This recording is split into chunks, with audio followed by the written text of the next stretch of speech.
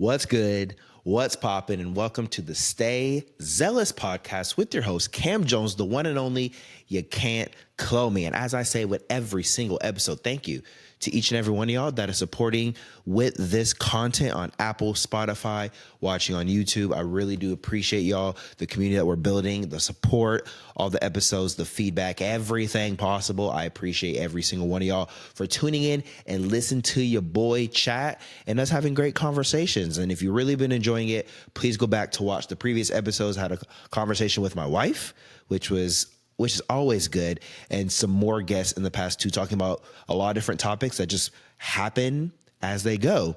And that's the great reason why I love this setting in this podcast, in this space, is because one, whatever the flow of conversation goes, I believe the Holy Spirit's going to do exactly what he needs to do in these conversations, but also just give us a space to really share what people are passionate about, what they love, living out the most authentic version of themselves so that we all can reach purpose and get to where we need to get to. So everything we talk about in this space is for us to grow and to grow the best versions of ourselves and to be as open, vulnerable, and transparent as we possibly can be.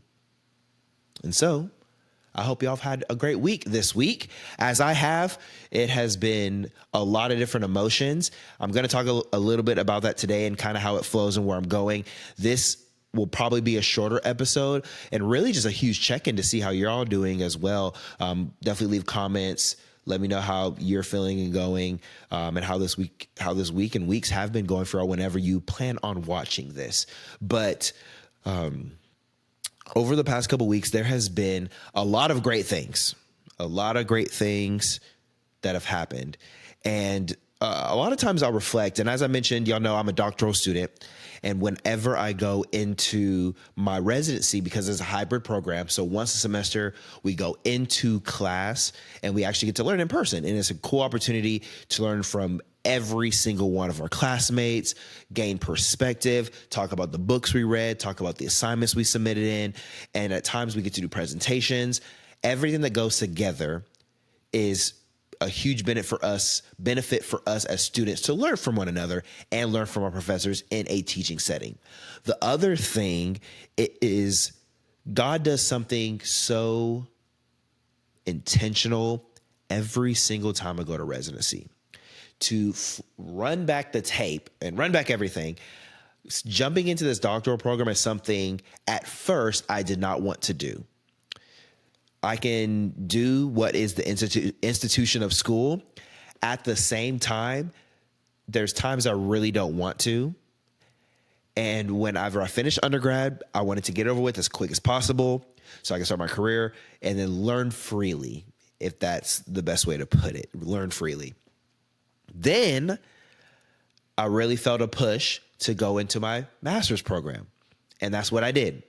So I stepped into that program, did organizational leadership. I was excited. I was working for a church. Everything was funneling together great. Then I graduated.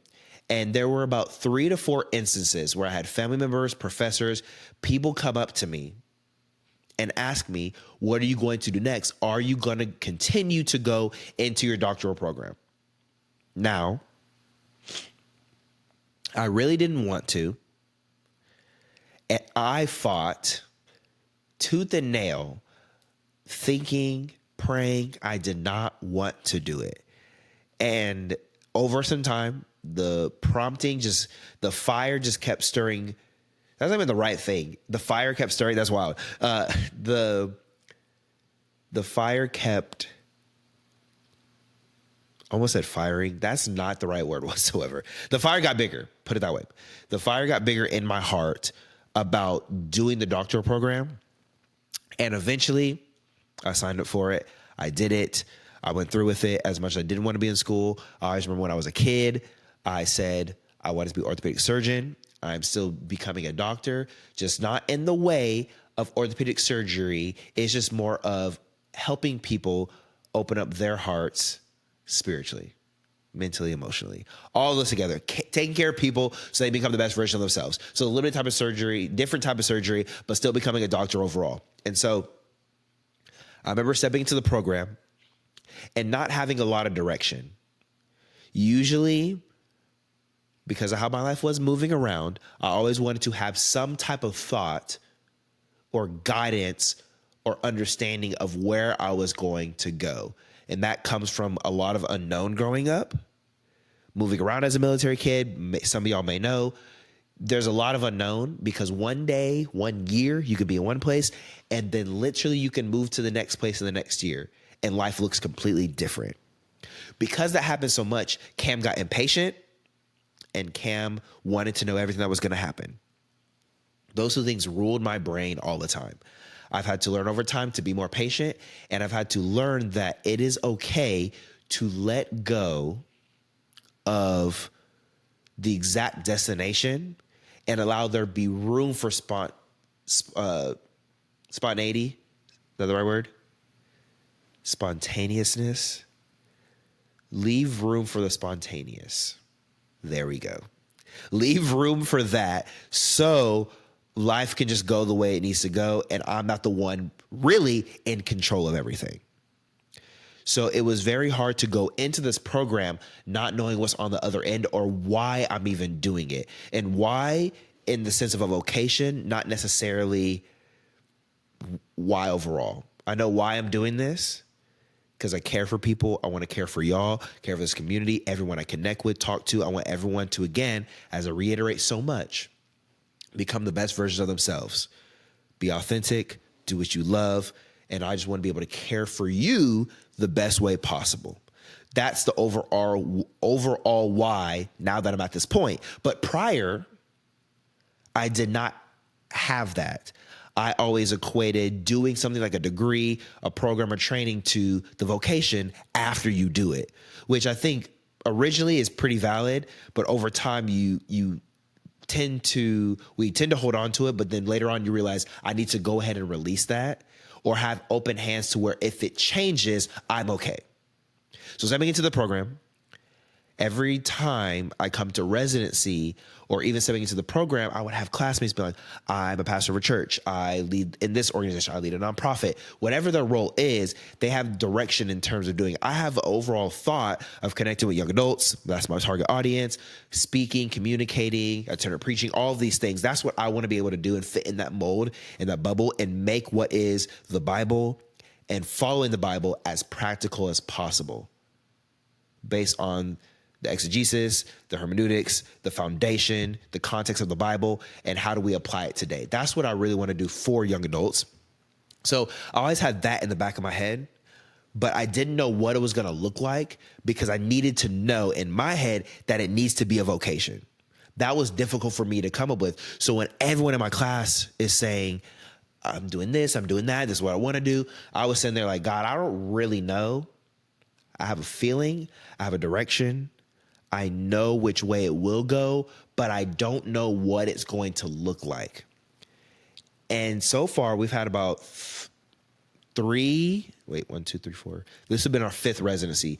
So we've had 5 residency programs, and every single time we've come in, God has showed me something different, given me different perspective, and has inched me closer and closer to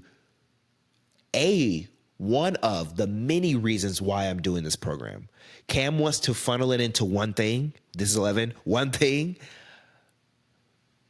But there could be multiple things. And that's not for me to know. That's for God to know. And that's for me to follow him so I get to that point.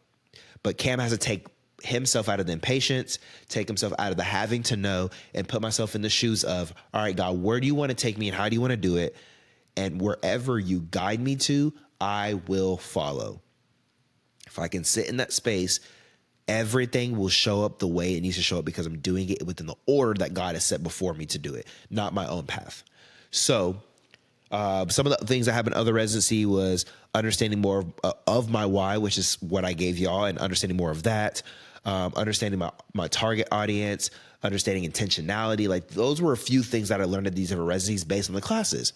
The class that I'm currently in is basically a pastor theologian class, which is a pastor theologian is basically bringing back the heart of pastors being theologians and how do we connect with culture. So in residency, I got to teach over moral issue and theology and got to blend that together.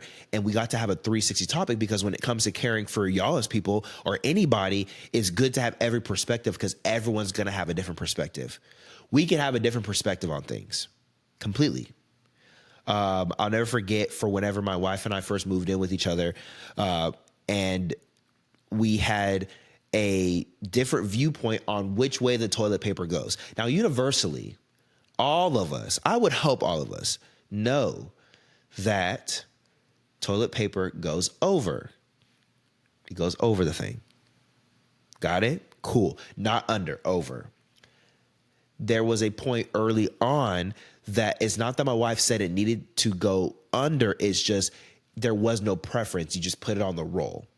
So from her perspective, nothing wrong with that. Me, I'm like, it has to go over. There's many reasons why it needs to go over. It just needs to go over. So that created a tension, but there was two different perspectives over something truly that's not that big of a deal for that silly example. The same way what pouring your cereal before you put your milk in, logic, perfect. Pouring your cereal when you're in your first bowl, pouring the milk in, then the cereal, we need to have some conversations, and that's for another time. But as silly as those examples are, when it comes to different moral issues, such as like immigration or disinformation, everyone's perspective on it can look different. So when it comes for me as a person caring for people, it's on me to understand the 360 view of everything so that I can best approach what the Bible says on how we should approach said issue. It's a way that if we understand the theology, get the exegesis, get the hermeneutics, understand the scriptures behind a certain topic, whether it's in the gray space or the black and white, what does the Bible, what does God say about it? Then I can better help other people because at the end of the day, when we are believers, we're submitted under what is the Bible. We need to understand it. We need to read it. We understand context. And as we do that and we engrave it in us, it gives us a better understanding on how to live our life. So always, always, always keep that in mind. So while I was in this class, we're getting to have these really cool discussions over all these different topics. And as much as I've loved this class, it was really cool getting to understand and live in the intersection of Christianity and what's going on in culture, pop culture, just life, and politics, whatever it may be, being able to sit in the intersection and not necessarily absorb everything that the world is offering, but to know what the world is offering and then how do we go about it in a space of being believers. That's what's really fascinating to me. So I was really excited about reading all these different books about the things that are going on, writing the papers, but still going into residency. I'm like, God, I know you've shown up before. I don't know what you're going to do this time, but I know you're going to do something this time. And lo and behold, it wasn't just one thing or a few things. It was a lot. And some of the biggest things that God shared with me had more perspective about, one, what he's preparing me for, and then two, how do I go about the perspective of leadership in my family, in my marriage, with friends, with work, and much more. So those are the two things I really want to talk about, have an open discussion with. And I have some of my notes here on my phone. Because I think there could be some really cool things for us, especially those that are in your 20s, that if we can gain these concepts right now, because context, I'm learning a lot of these different concepts in my course from those that are older than me. There's people that have PhDs in my program. There's those that are a little bit years older than me. It's a wide range, different fields, and everyone has so much wisdom that they've been given to provide on these subjects and different perspectives. So it's really cool getting to learn from those that are way more seasoned in their years of life than I am, and being able to absorb it now in my 20s has just ultimately opened my perspective. And I want to share it with y'all to open y'all's perspective too, so that we all can consistently grow better together. So the very, very first thing as I stepped in, it really had to do with a lot of perspective. Overall, as I said, residency is an opportunity where I get to learn from the rest of my classmates, but there's a space where we really get to understand each other and gain a lot of different perspective on just where we're at and what we're doing. It's interesting when you have those that are older, like we have some classmates that are in their 60s and 70s. We have classmates that are in upper 20s, will really just be one other, and then other classmates that are in their upper 30s, and then everything in between. So when you have this wide range, you get this perspective of like millennial, Gen Z to Gen X to Boomer, and it's really cool coming together because we all have the same common goal, different concentrations, but we're getting to have conversations about things. And in that blooms just beauty of perspective that goes on. And anytime I come into these things, as I mentioned, others have like, I'm going to go do X, Y, and Z. I want to help with deconstruction. I want to help with my church back home. I want to help bring curriculum into schools and curriculum into nonprofits and curriculum into churches. Like everyone has their thing. And I just have these ideas. But one of the biggest things was perspective along the lines of what God is preparing me for. This is always difficult because I can get impatient. When you want to achieve things, when you want to get to things, when you want to do things, quote unquote, the right way, it's very easy to get caught up in the weeds of one, wanting to do it right and then rushing to get there. I've done that a lot.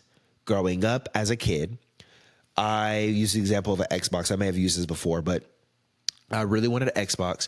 And this is when games like Modern Warfare 2, Halo 3 were like what we were living for.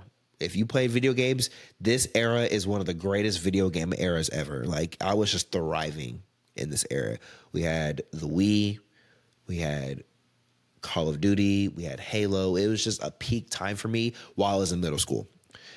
I really wanted to get the games 2K10, 2K10, Madden, all these different games are coming out. It's like the pinnacle. And I really wanted Xbox and all these games. And my mom was like, you can get it, but you're going to have to wait, put it on your Christmas list. And at this time, when you're like fifth, sixth grade, like you're just wanting to have it. And me, because of the unknown that went on so much, I always wanted to just nag and nag and nag. When am I going to get it? When am I going to get it? Can I get it now? Can I get it now? And my mom, because this is like, you need to wait because Christmas. And so it was a gruesome, from beginning of the year all the way up to that point, just a gruesome time frame of waiting for all these games when I know they're coming out and friends have them and friends are getting them. And I'm sitting there like, I have to wait till Christmas to get all of these games. It's agonizing. So that's how Cam, as a kid, and sometimes now, working on it, can operate. Knowing that's how I operate, I had to be very mindful of how fast I want to do things and how antsy I get in the moment of things. Having this habit and this thought process for so many years, I get to things like school and I'm like, well, I can't get to where I want to get to now. I need to know what things look like. I need to know when it's going to show up, instead of learning how to be patient and wait. And in this residency, there was consistently words, affirming words, some words that were prophetic, just encouragement about, Cam, God's preparing you, God's preparing you, God's preparing you, God's preparing you. And when you hear that a lot from someone who can get impatient, it is very difficult. And I start to ask questions. Well, God, when is that? When will that be? Am I really going to sit here and have to wait this long? And it's always a reminder of like, Abraham had to wait. Noah had to wait to leave the boat. I just read this in Genesis. Like Noah had to wait to leave the boat months. People had to wait for things. Joseph had to wait. And if there's a good comparison, not exactly, but a good comparison on having a youthfulness and having to wait for a dream or reality to set in and going through different seasons of life, Joseph's a really good example. Jesus is a really good example because we don't have directly from what's given in scripture exactly what every year was like from the moment he was a toddler all the way up until around 30 when he's walking in ministry and doing like actual miracles and walking and doing ministry. So we don't really have a lot of context to that, of like Jesus did blank at 27. We don't have that. So because we don't, we just have to know that he had to be patient until it was time to fulfill why he came to do and fulfill in the first place. So because we don't have that, it's a constant reminder, and patience is a fruit of the Spirit, that I have to put myself in the space of be patient. Sometimes it's difficult, but I have to remember that all the time. And so whenever you're given a word or saying you have potential, or whatever someone may be telling you, sometimes it can be difficult to sit in it, knowing that it's going to happen and knowing that it can happen, and then living in the reality that it's not happening or happening as fast as you want it to happen. And there was constantly things like that I was sitting on over and writing in journal, just when I was reading in class, of like, Cam, God's preparing you for something. Prepare. That word came up multiple times. Cam, when is your opportunity to do blank, blank, and blank? Cam, what about your setting? What do you anticipate it's going to look like? Those words were coming up, and all they could do was lead me into the space of truly unknown. That's a hard place for me to be, and maybe it's a hard place for you. And how I've had to overcome that is really, really in my prayer time and journal, that like God knows where I'm going to be before, during, and even after, at any time, all the time, anywhere. He always will always know. And because he always knows, I can trust that the one who placed me here, placed all of us here, is also the one that knows exactly how it should go. So I can follow in his order, and I can actually pray for wisdom and pray for patience, one of the fruit of the Spirit.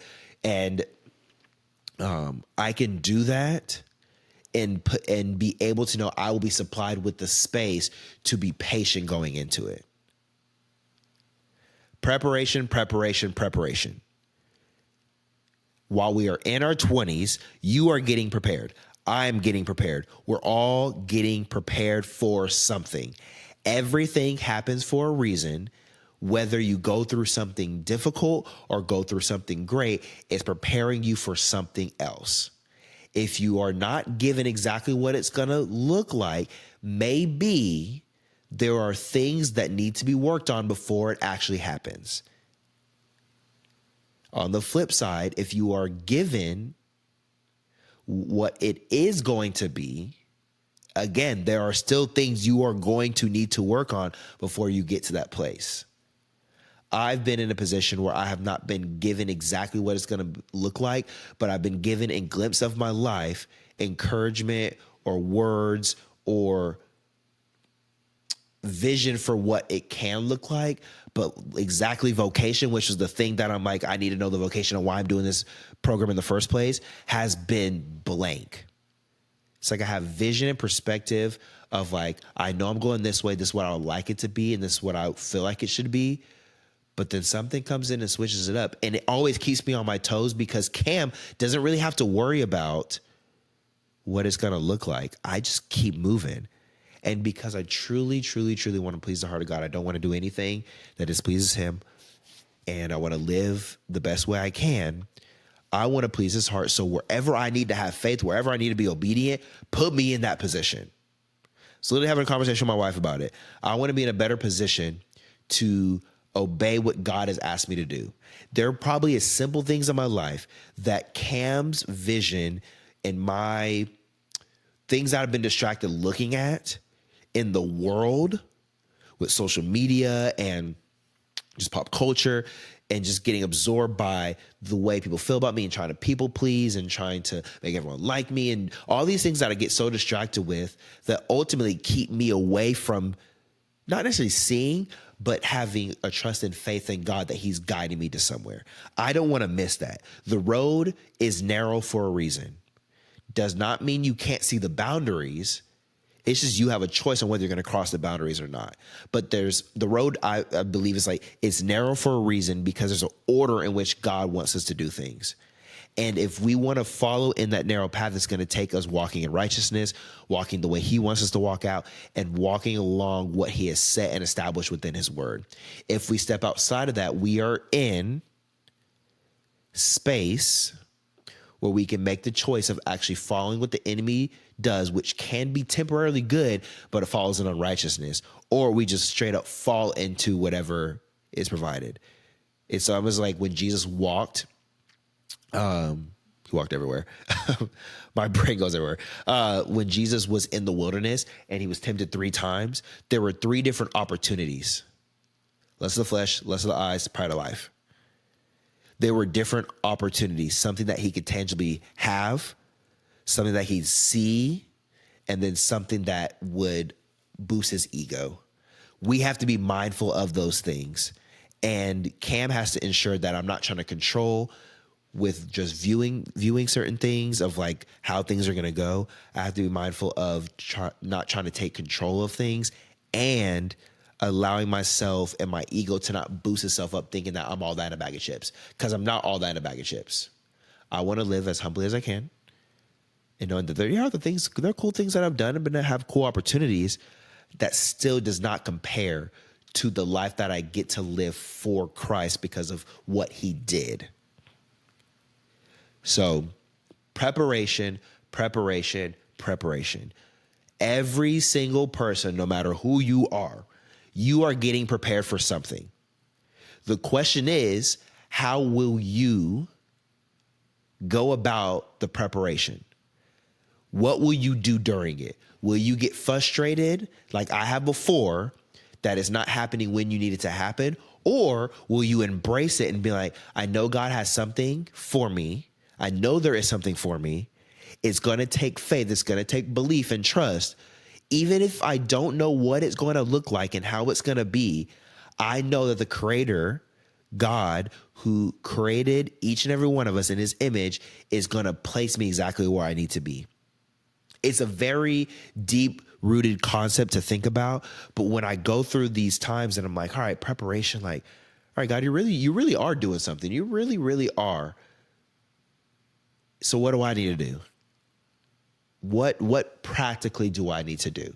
And these are things I'm still figuring out to this day. Like every season is looking different. Like there are things I'm currently working on now, like ensuring that my family's good financially, physically, I don't know what other, mentally, emotionally, spiritually, like just making sure they're good, roof over their head, clothes on their back, and having a safe home. As leading in the home, I want to ensure that the space is safe as much as possible for them to be able to live and thrive and grow. And that's been a process for me to learn as I've moved forward, because again, things can get rocky. And what happens when I'm going through something, I have a responsibility. So as a male, I have a responsibility over my family, over my kids, to make sure they're good. And the best thing I think we as men can do, especially in our 20s, if we can figure this concept out, as I'm learning, we're all learning, is self-regulation, ensuring that we are self-regulated. So as believers, we have a Sabbath. Take the Sabbath serious. Take a day to rest. Play games, enjoy time. There was one Saturday where I took the kids to go to the park and Whataburger. We got ice cream and gave Cheyenne some space. That helped me regulate because I get to help Cheyenne regulate. And then my kids feel good. And overall, we had a great day. It didn't take a lot of energy because I was playing on the playground and doing all things. I'm a kid at heart with them. But that, me making sure I had a day to rest, allowed me on that same day, not worrying about work or anything, to just go enjoy that time and even give Cheyenne some rest. I have to make sure I'm self-regulated. If I'm working hours, that I'm making sure I'm working my hours, putting in the work, taking care of homework, not missing time, not missing date nights. So like tomorrow for me, for whatever you're watching this, but tomorrow, like, Shy and I have a date night. We had to have a conversation. That's on me to spark that conversation. I have to ensure that I'm self-regulated as a human being, especially as the male in the relationship, for when it comes to leading my household for this particular instance. But I think all of us, no matter who you are, I think self-regulation is extremely important. Know who you are, know how you operate, and know how to ensure that you are not operating in a space of pride or ego. Because if we do, then we will get so far ahead and too much within ourselves that we think we're all that in a bag of chips. And then that's not us living humble at all. It's actually putting in a space where we can actually hurt people and really control the scenario. Really control the scenario. And I mentioned just leadership This literally goes into the second thing. So leadership was another big component that I learned as well. And I have some quotes that I want to read to y'all that were like, well, these stuck. And it greatly changed my perspective when it comes to leadership and how I'm to lead in my 20s. I've gotten really cool opportunities to lead in different ways at different places. I truly think leadership is a gift that I've been given. And it is a family thing because I've seen my dad lead in a tremendous way, my siblings and my parents lead in tremendous ways. And so I think that's just something that is a gift that my family has. And I particularly remember when I worked at Chick-fil-A for a season of my life, I was very excited to get on this possibility of like, wow, I really could own a Chick-fil-A or operate a Chick-fil-A in the future. Use the right terminology, operate a Chick-fil-A in the future. And I remember I'm excited. I was like, I'll be a team lead and work my way up to that and all those things. And the very first assignment that I got was working in the back making the chicken. And at first I was like, this is not what leadership is. I'm used to all these other jobs that have leadership where I'm in the front, in the spotlight. Obviously, I'm the best one working. I have the work ethic. I put in work. I can lead well, and I'm a manager and everything like that. But you soon to realize later that managing is completely different leadership. I think there are some aspects of managerial just skills that lead into leadership, and then leadership skills specifically that lead into that. But in totality, managing people is a little bit different than leading people. I'm taking someone somewhere versus being here with people to make sure things are sustained. But I think there's a lot of things that intertwine within both of those. Whenever one of my first assignments was in the back, and I was like, this is not what this is not what leadership is. It should not be this. It should be in the front. It should be where people can see you know that you're the leader. At least that was my perspective as a 22, 23-year-old. But still in the humble way of like, yes, I want to lead, but also I need to ensure that like I'm holding myself accountable in the best way, in the tip-top shape that I possibly can. And I remember whenever I started working there, it was the back. And I remember I was reading, I was like, why the heck would I be in the back if I'm trying to do this route? And I remember my boss was like, you're going to have to learn how to do Chick-fil-A. I was like, cool, I'm down for it. Let's run it. But I wasn't acknowledged as a director or a lead or anything like that, or what my reasoning or goal was to do that. I was mentioned as like, I'm a team member, and that's what it was. So not only was it title, but it was also like what I'm doing in terms of work, like making chicken and putting in the boxes. Like that's what I was doing. And I got this crazy, I'm like, why, God, why? And it was like, well, I need you to learn how to do obscurity. Because what I think about leadership is if you don't understand what obscurity looks like when you're leading, you will take advantage of leadership. Leadership is always, no matter if it's behind the scenes, you're always in a position where you are leading people somewhere. If you don't understand what obscurity and how important it is, you will go so far gone when it comes to leading people, because you will have you won't be able to recognize what others are going through, what it means to not be in the spotlight, and what it means to actually be with people. So obscurity is what I learned while I was there. Then when I transitioned working for a church, I had to learn it more, and I had to learn about it's not just a title or a vocation, it's who you are as a person. Allow leadership, and if it's the gift, the things that you learn, the practical things, let it be able to ooze out of your heart more than anything else and not just sit there. So learning at those 2 points led me to like, now my whole perspective on how we lead and how we do things is completely different. And then we got to class, and there was a concept, it was called the proportionate potentiality by C.S. Lewis. And basically your potential to do good is proportionate to your potential to do evil. For example, if you are a dog, this sounds so weird. I'm not even gonna go that trail.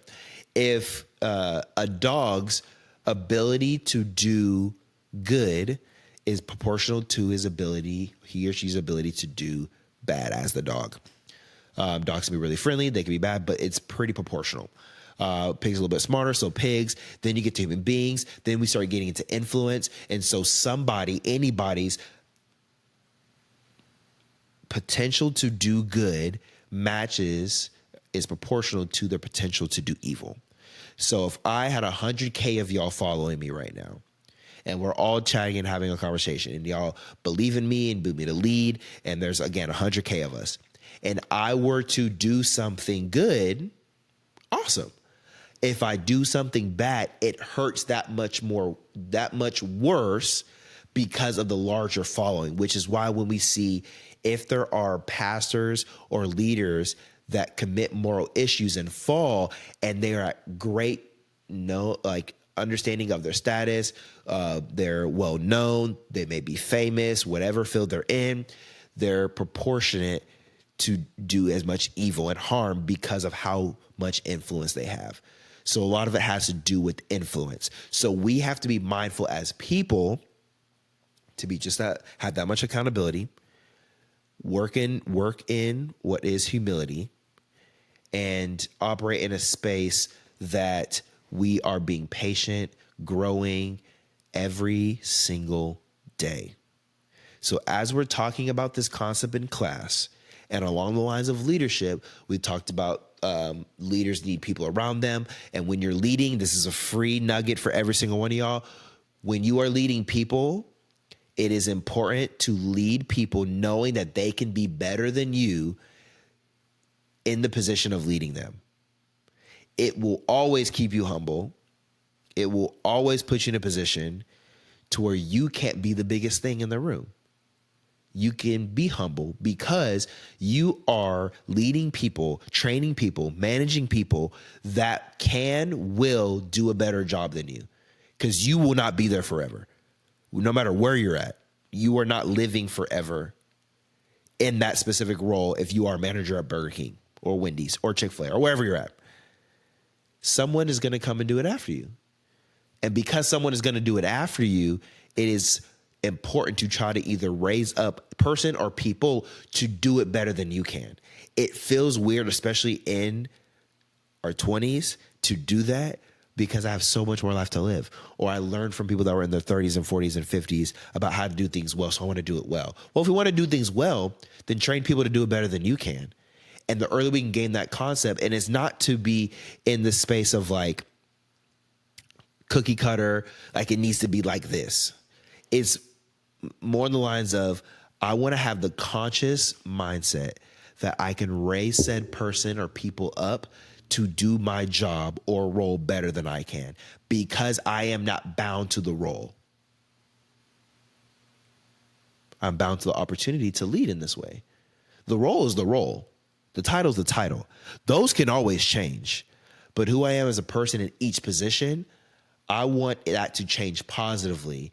And whatever I bring is what I bring to that space. And I want other people to understand that they can and will be better than what I am. I will raise them up. I want them to be raised. I want them to get their flowers. I want them to grow and be able to continue to develop. If we can get that mindset, it helps us, especially when it comes to leadership. So when we're talking about all the different scandals and more issues and all these things, we're like, well, why do these keep happening? And we had to put the reason why. Were they yes men? Were they leading? Did they want others to be better than them? Were they living as humbly as they possibly could? These are things that we picked out that in that setting was healthy, but and hear me out. It was not like it's not one of the gossips. It's nothing like that. It's just more of we're curious and we're trying to learn this so that we can care and help other people better. Pastor and shepherd people better. So we're learning about that leadership concept, and you're going to lead people. I think everyone has an opportunity to have influence and lead people in some way, shape, or form. The biggest thing is, how will you lead them? And will you lead them in a position where they can be better than you? I think if you can do that, it helps you see other people win and give so much of what you have to someone else that can then do the same for other people, just like Jesus did. So, knowing that, there came this quote, and when I heard this, it absolutely blew my mind. Leadership is part-time. Leadership is temporary. Followership is full-time. Say it one more time. I'm going to say it shorter. Leadership is temporary, or leadership is part-time. Followership is full-time. As believers, we are in the full-time ministry, full-time job, full-time whatever it may be, essence as a human being, to follow Christ. That does not change. My leadership in terms of my role and what I do will change. I went from Chick-fil-A to working at a church at Hope City. That was the role changes. My role, specific job description roles changed. Things changed. But what didn't change is that I was still a follower. My goodness, y'all. My goodness. When I tell you that blew my mind, because I never heard it spoken like that before. Like, who I am as a person, I put too much pressure.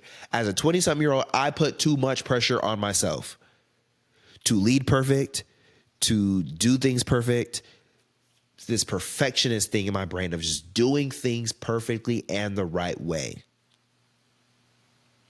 For whatever reason, that's what I do. Maybe because I want to impress my parents growing up, military life, I don't know. But that always has been engraved in me. So the pure fact that I have missed in my 20s that followership is full-time, it's always happening, I got caught up in the temporary. I need to lead this way. I'm leading this many people. Will I ever be able to lead as many people as before because I had a team of blank many people? Will I ever get back to that form of ministry again?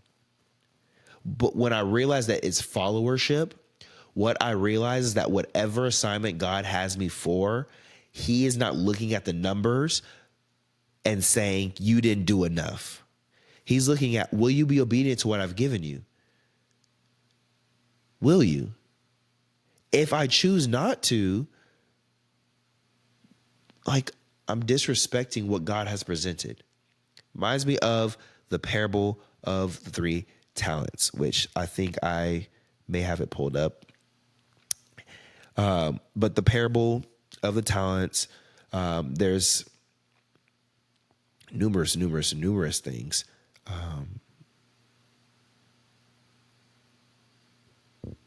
Cool. Let's see. All right. Yeah. All right. So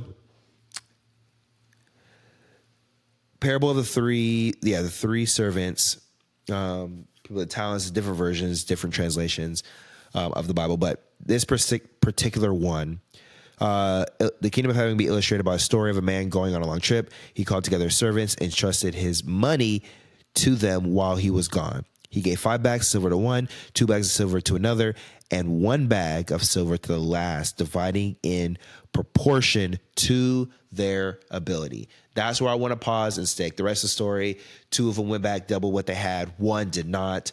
He buried it in the ground. Your faithful servant, at least you could have put it in the bank, and then story goes on. So it was really one of those things of like, what will you do what God has given you? That's how I've heard it preached before. But the biggest thing, and I encourage you to go read it, it's Matthew 25. Yeah, Matthew 25:14. Go read it. The thing about this story is he gave it based on their ability. God knows us. He knows our capacity. He knows what's good for us, what's bad for us, all according to this narrow road, this order that he set for us. If I was meant to have 1, or imagine in this context of a story, if the one that had 1 was given 5, still knowing what he knew, would he have buried all 5 into the ground? Think of the one that had 5. If he was given 1, would he go multiply that 1? Regardless, 5, 3, 1, there was a, what did you do with what I gave you? And did you bury it in the ground or make the most of it? And so I think a lot of us are in different seasons of like, will you make the most of what you have in your hands? What's around you with what you're doing? It can mean, hey, start a podcast. It can mean go. It could mean, if you're a parent, wrapping the kids' gifts up for Christmas. It could be a lot of, insert what it may be. Insert whatever it may be.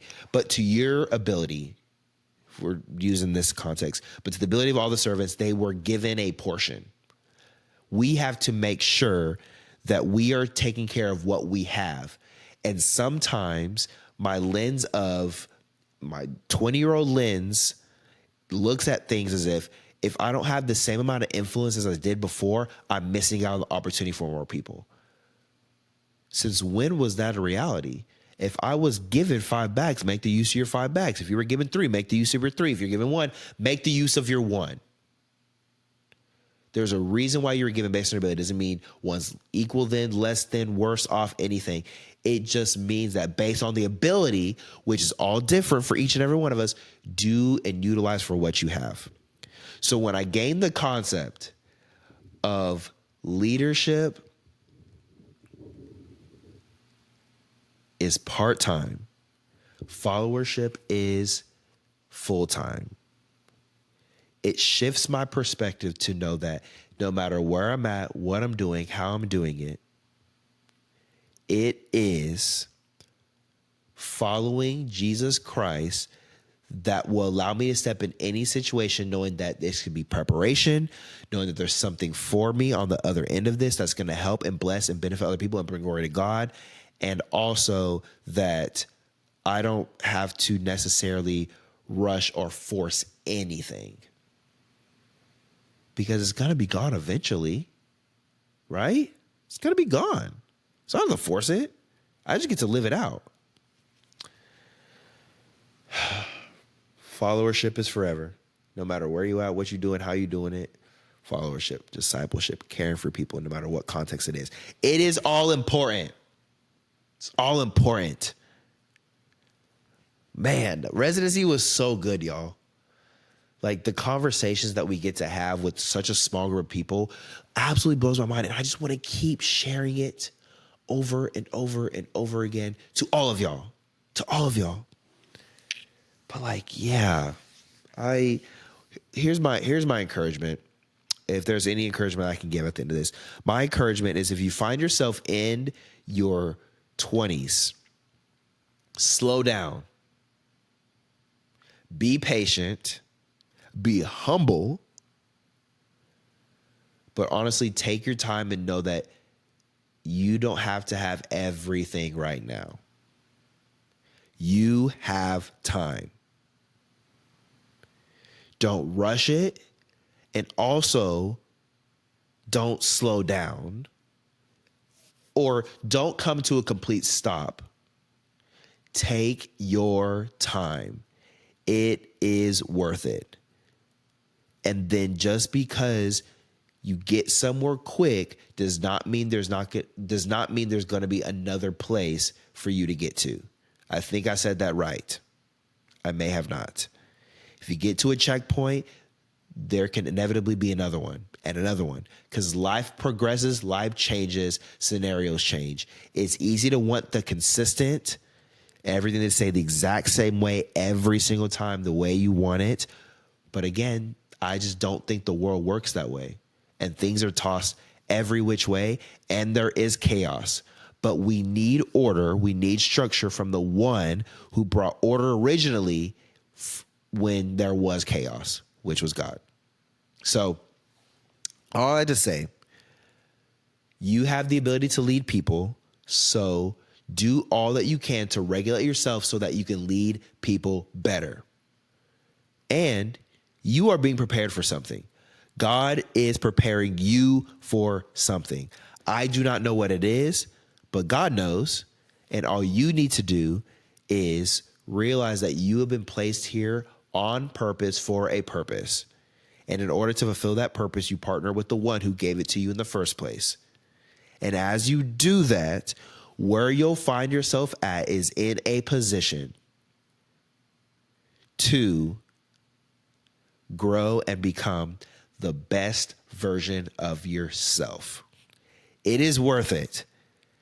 My testimonies, consistently for residency and much more, prove to myself that it is worth it, because there wouldn't be this much preparation of a doctoral program, still in my 20s, married, 2 kids. None of this would be a reality, even if I forget, unless God was in control of it the whole time. Because I would not make it like this. But according to scripture, I'm submitted. So it doesn't matter what Cam wants, because it's going to happen the way God wants. And I trust him way more than I trust myself. So you got this. Love each and every one of y'all. It is going to be good. I hope you have a great week, great day, great night, all of the above. We got some more guests on the way. It's going to be good. I'm excited. Thank y'all so much for supporting this far. My goal for myself is to be as consistent as possible. And we're going to get this thing rolling, and it's going to be good. So I love y'all so, so much. Thank you for tuning in. Thank you for watching. And always, always, always stay zealous. Bye.